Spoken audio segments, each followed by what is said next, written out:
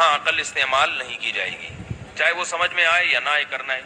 لیکن جہاں کوئی حکم واضح نہیں دیا تو وہاں عقل استعمال کرنی ہے. بعض لوگ وہاں بھی نہیں کرتے استعمال، وہ کہتے ہیں اللہ سے ہو جائے گا، اللہ سے ہو جائے گا، اللہ تعالیٰ بہت بڑے ہیں تو ٹھیک ہے. صحت کا خیال کرو بھائی، زندگی کس کے ہاتھ میں ہے؟ اللہ کے ہاتھ میں. وہ بھائی کیوں کھا رہے ہو؟ یہ جو تم کھا رہے ہو، تمہارے کھانے کی اس عمر میں یہ چیزیں تم پہ جچتی نہیں ہیں. نہیں کھاؤ، مٹھائی نہیں کھاؤ، چھوڑ دو. اپنا وزن دیکھو، مر جاؤ گے تھوڑے دنوں میں، شوگر ہو جائے گی. نہیں جی، مارنے والا کون ہے؟ اللہ. زندگی کس کے ہاتھ میں ہے؟ اللہ کے ہاتھ میں. یہ کہتے کہتے تو تھوڑے دنوں کے بعد مر جاتے ہیں. ٹھیک ہے نا؟ تھوڑے دنوں کے بعد کیا ہوتا ہے؟ یہ کہتے کہتے مر جاتے. ایک صاحب سے کہا گیا کہ بھائی آپ اپنے بیٹے کی تربیت کی فکر کرو، آپ کا بیٹا آوارہ ہوتا جا رہا ہے، آپ خود کچھ کوشش کرو، اس کو لگام دو، ذرا تربیت کی کوشش کرو. اس نے کہا، جواب کیا دیا کہ نوح علیہ السلام نے اپنے بیٹے کی تربیت کی کتنی کوشش کی تھی، لیکن پھر وہ بھی طوفان میں ڈوب کے ہلاک ہو گیا اور کافر بن کے مرا. اس لیے ہدایت کس کے ہاتھ میں ہے؟ اللہ کے ہاتھ میں. جب پیغمبر اپنے بیٹے کو سیدھا نہیں کر سکے تو میں کہاں سے کروں گا؟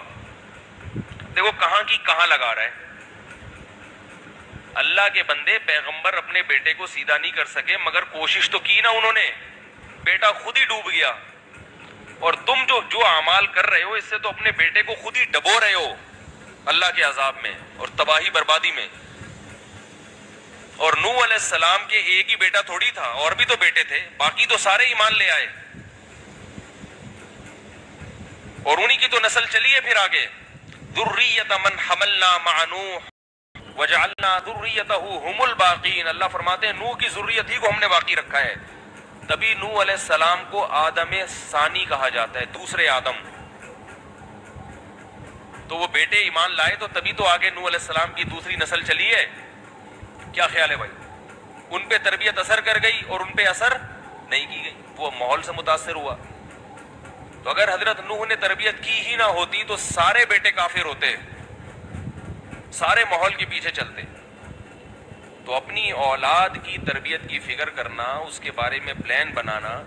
پہلے تو ایک بات آپ سے عرض کروں، اپنے بچوں کے بارے میں پہلے سے فیصلہ کر لیا کرو اس کو بنانا کیا ہے. میں یہ نہیں کہتا کہ جو آپ فیصلہ کرو گے بنے گا بھی وہی. سوچتا کچھ ہے انسان، بنتا وہ کچھ ہے.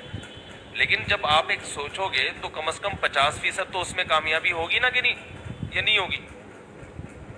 آپ کے مثال کے طور پر معذرت کے ساتھ 10 بچے تھے، معذرت کے ساتھ کہہ رہا ہوں، 10 بیٹے تھے آپ کے. آپ نے 10 بیٹوں کے بارے میں سوچا کہ پہلے والے کو یہ بنانا ہے، دوسرے والے کو یہ بنانا ہے، تیسرے والے کو یہ بنانا ہے، چوتھے والے کو یہ بنانا ہے. تو جو آپ نے سوچا ہوا تھا 5 تو کم از کم بن جائیں گے نا. ویسے 5 اسپیئر میں بگڑنے کے لیے رکھیں بھائی. 5 پہ تو ایسا بھی نہیں ہوتا کہ اللہ آپ کی ساری محنتوں کو برباد کر دیں.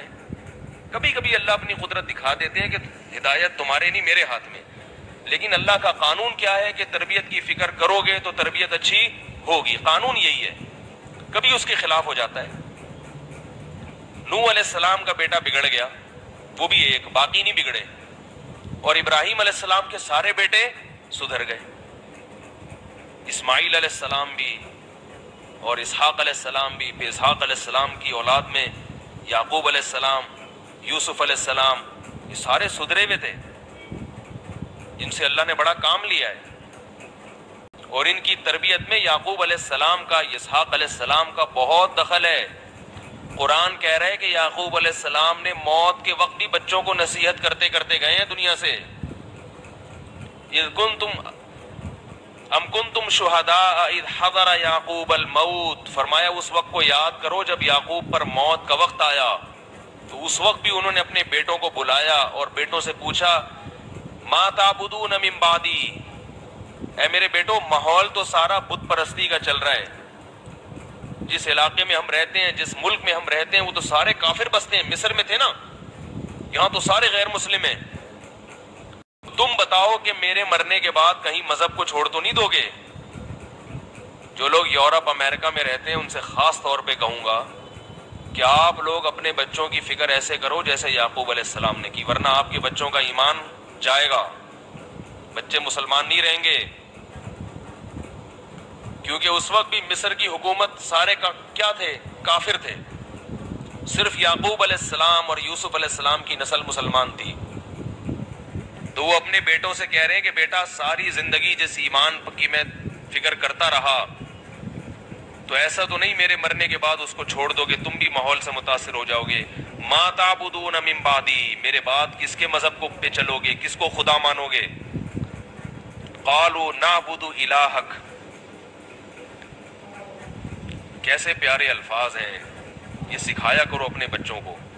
سب سے پہلے جس نے اپنے بچوں کو اللہ سکھا دیا نا، باقی چیزیں انشاءاللہ سکھانا آسان ہوگا، اور جس نے اپنے بچوں کو مذہب نہیں سکھایا سب سے پہلے، باقی چیزوں کا سکھانا بڑا مشکل ہے پھر، کیونکہ بچے کے دل میں اللہ کا خوف پہلے آئے گا، والدین کی اطاعت پھر اس کے بعد آئے گی۔ گوروں سے یہی تو بڑی غلطی ہوئی ہے، ورنہ وہ تہذیب میں اور ڈسپلن میں وہ تو ہم سے بہت آگے ہیں۔ ان سے سب سے بڑی غلطی کیا ہوئی کہ انہوں نے اللہ کو اپنی ڈکشنری سے نکال دیا۔ ڈکشنری سے مراد جو روز مرہ استعمال ہونے والی ڈکشنری ہے۔ اب وہ ڈسپلن، قانون اور لائن میں، قطار میں اور ملک سے محبت سب کچھ ہو گیا ان کے ہاں، مگر خونی رشتے ختم ہو گئے، کیونکہ خونی رشتوں کو جوڑنے کے لیے اللہ کا خوف چاہیے۔ محبتیں ختم ہو گئیں، کتوں سے محبت ہو رہی ہے اور انسانوں سے نفرت ہو رہی ہے۔ ابا کو گھر میں رکھنے کے لیے تیار نہیں ہے۔ تو اپنے بچوں کو سب سے پہلے کیا سکھانا ہے بھائی؟ اللہ سکھانا ہے، اللہ، اور اپنے عمل سے بھی، اپنی زبان سے بھی۔ عمل سے کیسے سکھانا ہے؟ کہ جب اللہ کا کوئی حکم مخلوق کے حکم سے ٹکرا رہا ہو اور بچہ دیکھ رہا ہو کہ دیکھیں اب ابا کیا کریں گے ہمارے، تو آپ نے اللہ کے حکم کو فالو کرنا ہے۔ بچے کے ذہن